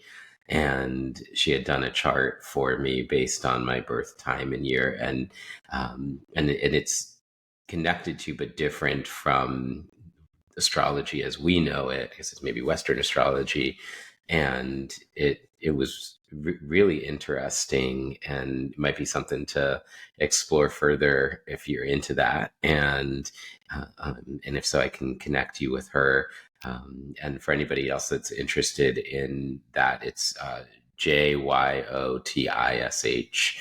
pronounced Jyotish or Jyotish, and that was really fascinating. I guess my question with some of these art forms is, so when you're drawing the cards to read, is it that there is some sort of, do you have a belief that there is like an intelligence to the choosing process, that there's like intuition guiding, like this is the card that's for you? Or is it more so it doesn't matter which one you pick because all the archetypes live in you and it's an invitation to explore your relationship to that archetypal pattern? I mean, it's both and, but I will say when you start to read consistently, you'll end up with the same messages over and over until you're like, okay, I hear you. I'm trying, I'm working on it. Can you explain it to me a different way? And you can kind of keep going deeper and deeper into what you're working with. But I mean, it's synchronicity, really. Right. It's, So what is that intelligence in your estimation? So that, because that introduces a whole nother idea here, which is that the universe itself has an intelligence that pervades it, that is like a field that we can tap into, and that we are maybe not even like we're outside of it and we tap into it, but that it's ever present, and we're maybe emergent from it, and it's like the air that we breathe, or like the sea that the fish are swimming in. That sense of the readily available synchronistic intelligence of this dimension. And um, yeah, how it similarly, like we've all experienced it, so we want to like with a lot of the content we're talking about today, we want to do the witch thing with it, and burn it at the stake, hide it, deny it, etc. But then it's fascinating because you start to look at those moments in your life that where you've experienced these undeniable synchronicities, and then we self-deny them and go back, and it almost feels to me like we're living in a world where we operate like everything is just normal as dictated by the five senses, and there's so much more than that. And so it feels like that, like what I'm taking in today is there's the movement from being dysregulated to regulated, and so something like EFT supports that movement. But then there's also a movement from regulated to liberated, and it's really that we're alchemizing the dysregulated into the liberated. Like our wounds become our wisdom, our adversity becomes our artistry, and we're transmuting these traumas into something profoundly um, transformational, but also um, more than what we thought we were. That it's opening us up to the possibility that there's a lot more going on here than we recognize. And if we limit ourselves to pure rationalism, then we don't have the then we misperceive trans rationalism as pre-rationalism, and in doing so we miss an opportunity to fully receive who and what we truly are.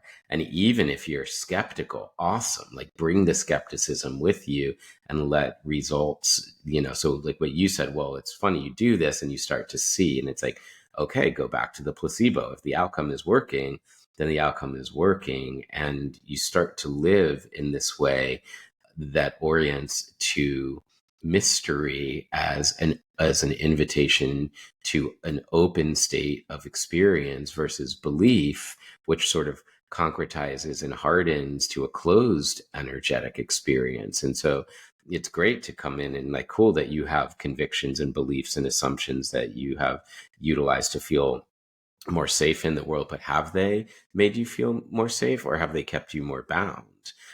Have they really opened you to freedom, or have they kept you really closed off and rigid? And I don't say that with judgment, but with the invitation to let uncertainty roam free, let curiosity live in our lives, and maybe don't take it so seriously, and let the playfulness come with you so you can try something maybe you would not do. I took that up as a practice for a while. Like, I'm just going to do things I would otherwise say no to.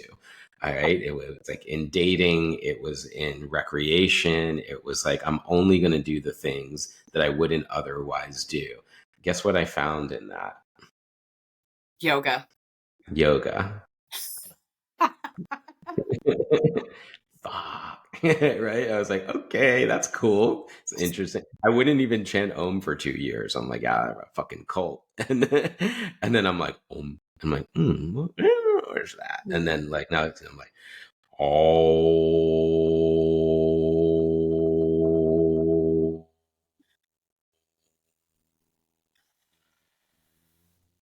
I'm like, well, that is a tuning fork right there. My whole being just recalibrated to that. And I can do that anytime and anywhere. And whoa, that's wild. That's wild. And so mantra is a great representation of that. And so all the things we want to closet off and say no to, that's really the theme of this conversation. All the ways we say no, we shun, we close off to, like, according to who?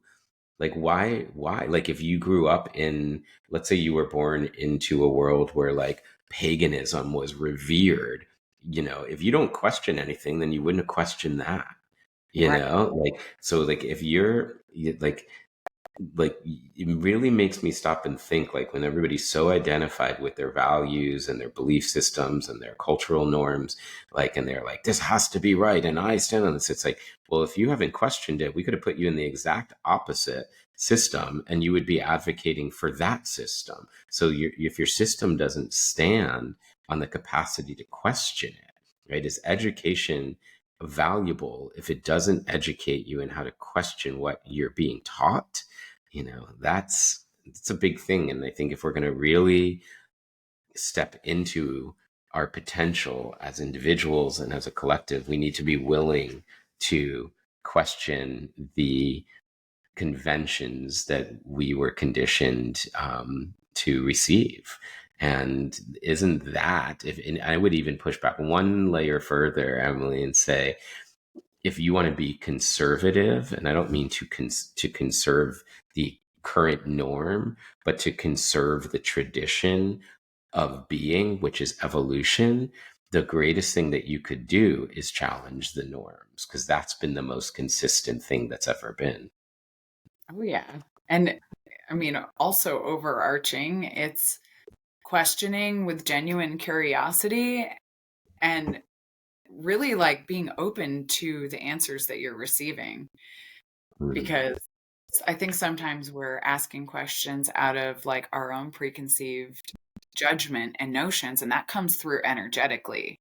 But when we can really take a moment to get grounded, do our OM or our EFT, whatever it is that does it for us, and ask a question that's lying underneath the trigger you're feeling, which is fear, right? It's just, simple fear in different outfits. Then we can learn and we can grow. And it's silly. Like if I had hung on to everything I believed since I was born, I wouldn't have evolved anywhere. What I said last week, I might not even stand behind because we're in a constant state of growing and learning and evolving. And it's like, you don't need to be attached to that. That's not you.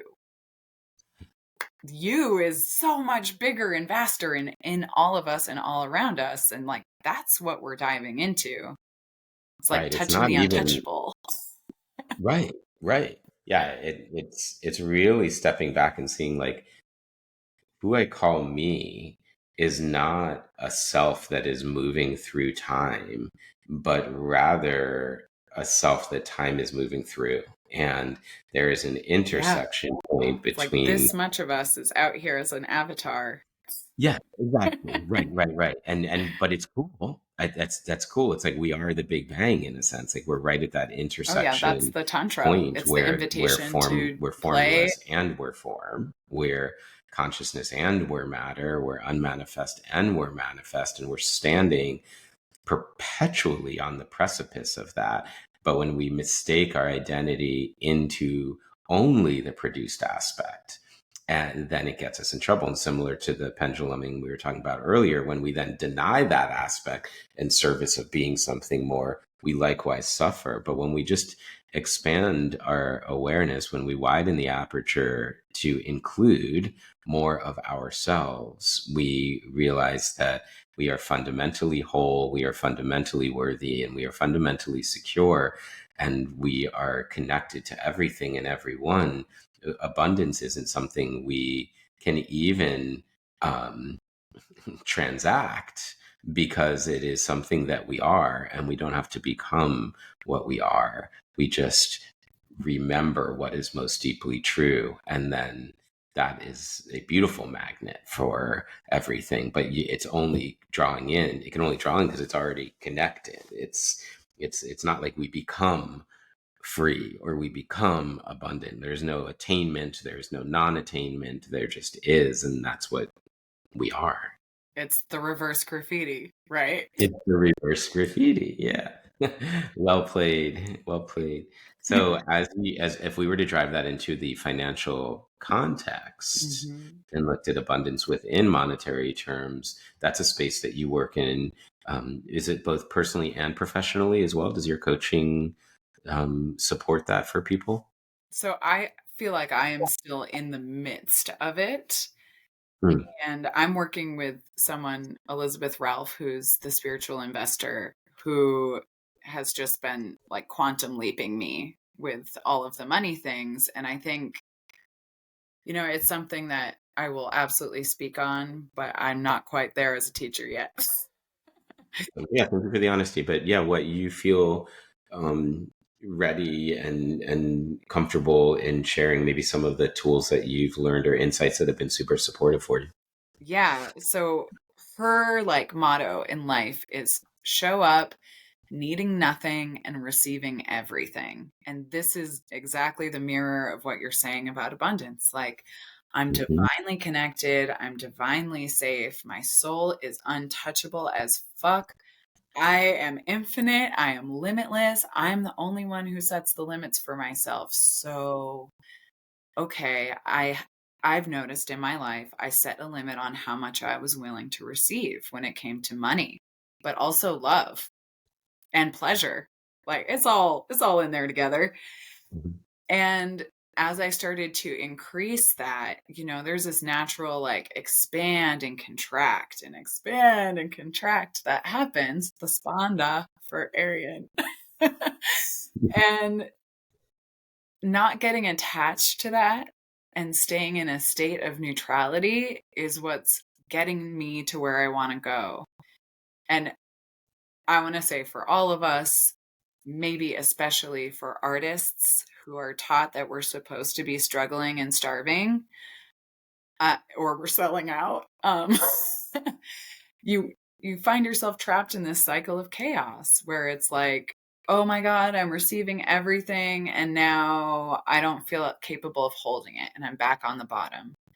And so just stepping off that ride and recognizing that every day I wake up and I have everything that I need, and if I don't, I'm worthy of support.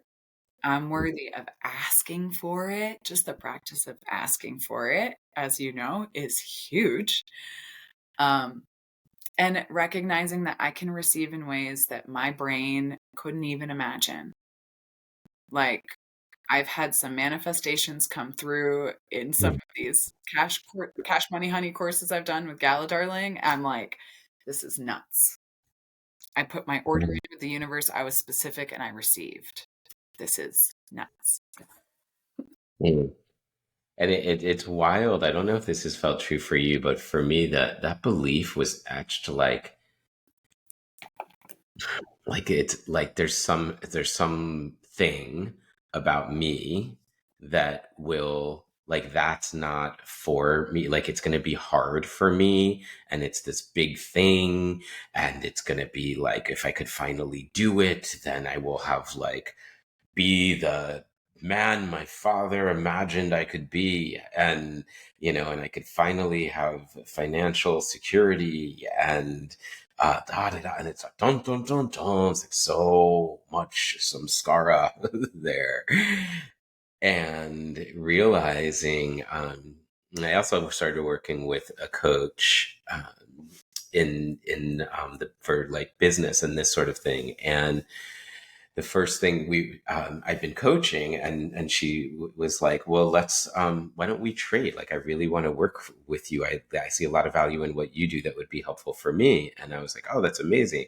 So I do a session, and she's like blown away, and like really getting a lot of benefit from it. And then it's my turn and to be on the receiving end of that. And so we get into it, and she's like, so what do you charge for coaching? And I was so excited to tell her because I had just increased my rates, and I knew where it was going. I knew that I was like undervaluing, and she like almost spit out her drink. And I was like, oh my God, I'm charging too much, dude. I can't believe this. And she's like, you're like scales undercharged. Like you're in the wrong mindset. And I was like, I'm in a good, what are you talking about? I'm good mindset. And she's like, you gotta like literally, like we're talking multiples more than what you're doing. And I was like, that feels so scary. And she's like, just try it on, wear it for a week, just keep saying it. And I was like, oh God. I mean, it was scary. And then I was like, you know what? I'm gonna just try it. And then it was not only was it like, oh my God, that's awesome. Yeah, thank you. But it was, and now my work in coaching, well, it's not about and never has been about just how can I make so much money from this. That has its own like icky to it if when you can feel that someone's about that as like that's the fundamental purpose. I've always been rooted in like the dharma of it, but I've used that like it was somehow like they're like invalid, they're in contrast. And it's like, no, that like, like the healthy restaurant shouldn't charge less because it's healthy. The Right. McDonald's should charge more because it's bad for you. I mean, what kind of paradigm are we living in again that we receive this? And it's like, no, we should, the more valuable it is. And it's not based on time. It's not, oh, that's an hour. You didn't ask that. like that painter, how many hours did it take you to paint that picture? You didn't ask the chef, like, how many hours did it take you to make my dinner, when you pay more for something that takes the same amount of time as something else. Yes, what is the quality of it? What is the value of it? And in our seed of offering, may we be connected to the depth of the value and our own value of what we want to receive from the work that we're doing. And in my experience, I don't know if yours has felt the same, but when we stand fully in that, it reflects that back and then some. And it's really incredible to feel like, it's not the even the income coming in, it's the shedding of that story that thought something was so true, was so committed to something, and then to see like it's actually not true. That's so awesome. That is such a liberating feeling. Oh yeah. I don't know about you, but if you've ever like invested in something that you knew was for you and everything in you was like, I want this, but the money feels like a lot, I'm scared. You invest in it and guess what happens? Like you are provided for. Not every time.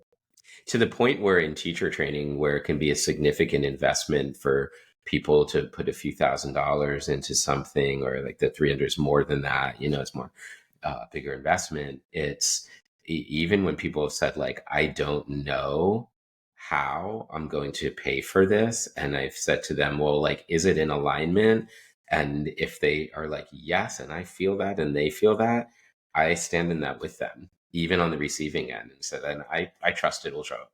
I've not been in it. I've 30 some odd teacher trainings, and I've not had somebody, unless they were out of like integrity and they're like, I'm not going to pay an amount, and that's happened, I think, one time, but otherwise it always shows up. We are never not provided for. We are never not supported as Right. humans.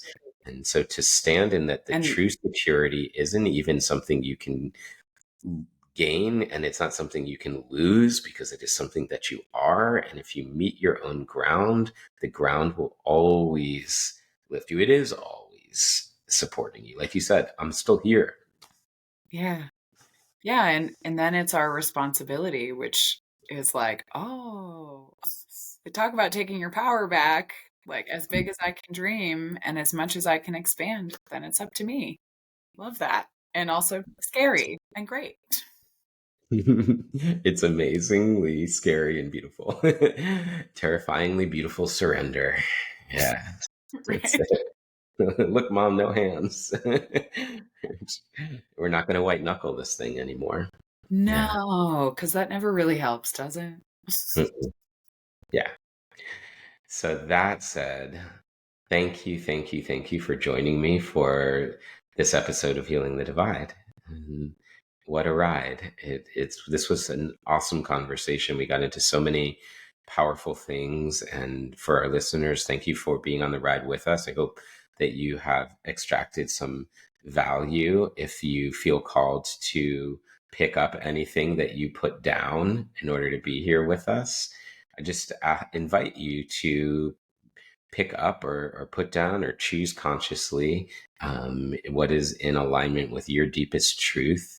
And I so respect and value and appreciate you, Emily, for all that you do and all that you represent and who you are in this world. It's undeniable light in a way that doesn't limit, and Mm. that's really powerful. And I feel grateful to be able to share you with our listeners and viewers. So thank you for being here.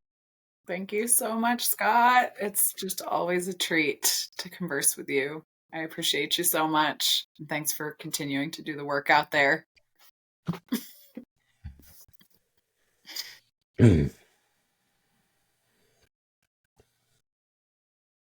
You froze on me there, so I don't know if there was like a long, prolonged silence or not, but I'm going to roll with it. We're going to leave it right in there as the synchronicity of the universe, Perfect. inviting a moment to connect. So thank you, thank you, thank you, my friend.